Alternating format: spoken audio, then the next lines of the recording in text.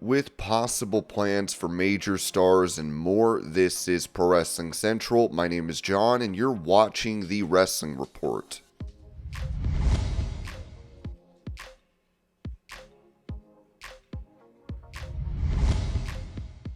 Recalling an offer he received to join WWE before signing with the company last year, Alex Shelley of the Motor City Machine Gun said this to Shaq Wrestling. "I had tabled a WWE contract offer because of the pandemic. I was too scared to sign a wrestling contract because the entertainment industry was so up and down. I didn't know what was going on. Nobody in the world did."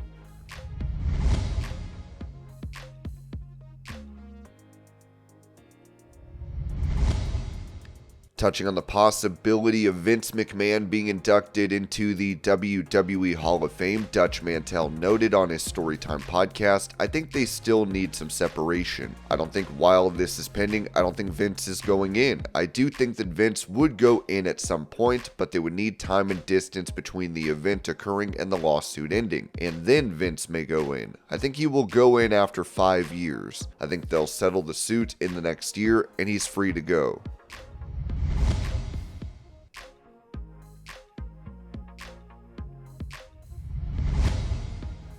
Taking to X, Ric Flair revealed he would be in AEW to honor his friend, the late Steve Mongo McMichael. My favorite memory of Steve McMichael? Well, I really just don't have one. I have 1,000 great memories. And I could spend all day long talking about him. I'll be in Chicago. Hopefully I'll have a chance to speak at a service. And I'll give you some really favorite ones. But I just can tell you this, he was a great guy. And literally, I coined this phrase, but to be the man, you got to beat the man, and no one to this day will ever be the man that Steve Mongo McMichael was, and always will be, even in heaven. God bless you, Steve.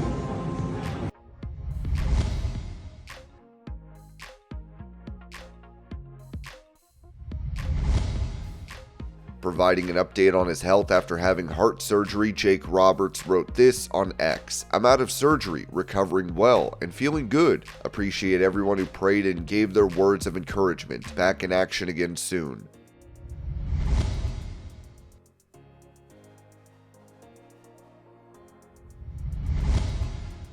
Given his character in His State is the US president, John Cena was asked if he would ever actually run for the presidency, telling US Weekly, "This is a movie and I'm playing a role in a buddy action comedy. I just happen to wear a suit and say my character's in the Oval Office. I think that's about as far as we can take that. I hope you see the movie on Amazon Prime Video. His State is fantastic."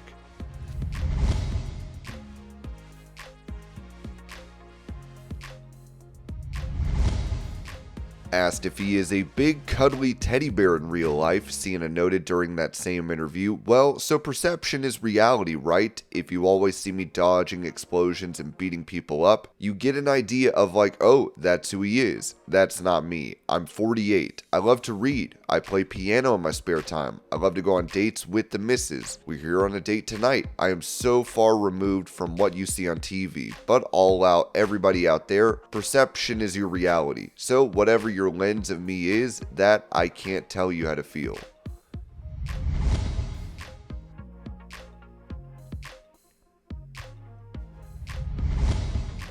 Previously, John Cena was asked about the allegations of sexual misconduct against Vince McMahon as he told the New York Times, "I don't care who hears it. I love Vince. I'm not downplaying anything that needs to be decided or allegations of any kind. But when I love somebody, I love them wholeheartedly. I know people are going to be angry about that, but they can't put their value on my relationship with somebody I love." Addressing this comment, Cena said this to US Weekly, "Everybody's entitled to their opinion, just like I'm entitled to have an emotional connection to somebody. I don't hold anybody or how they feel or what they view as permissible or things that'll make them angry, happy, excited, sad. That's their right as a human being. I'm not surprised about any of that."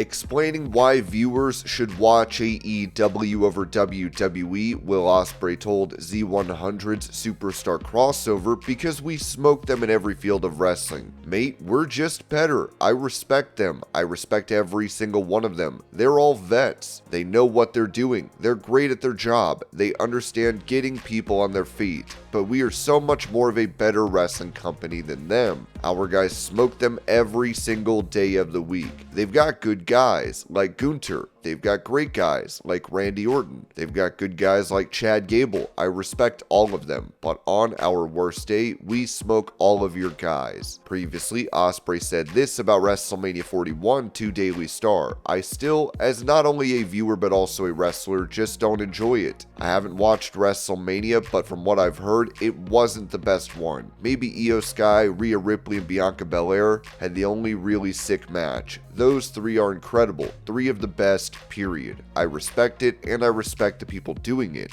The schedule is insane, and I commend them for it. I just don't like the show. I don't like the style of wrestling or the presentation. It has gotten better. I love the one-shots they've been doing, but I've never been a big fan. Honestly, on my worst day, I think I'm better than a lot of their guys, in-ring and on the mic.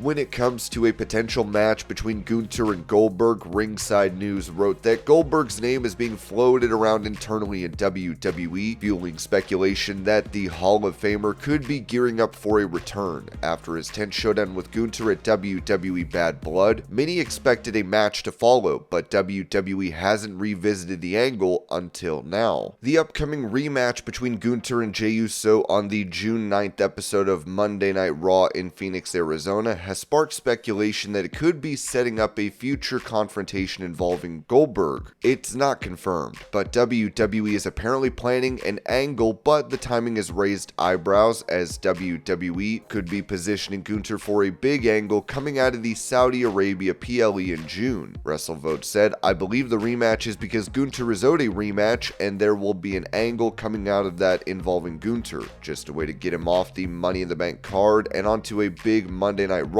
to set something else up. Gunther is set to challenge the winner of Jey Uso's upcoming WWE World Heavyweight Championship defense against Logan Paul at Saturday night's main event on May 24th. With Goldberg reportedly preparing for a retirement match, the possibility of a clash with Gunther is gaining traction. Goldberg recently revealed that he's training for a retirement match and plans to go out on his own terms before the end of 2025. I do not know who, when, or where I'm wrestling, he said, but he's making it clear that he wants to end his career with a major showdown. Goldberg's last WWE match was a loss to Bobby Lashley at Crown Jewel 2022 in Riyadh, Saudi Arabia, but a return to the ring against Gunther would certainly raise the stakes for his final outing.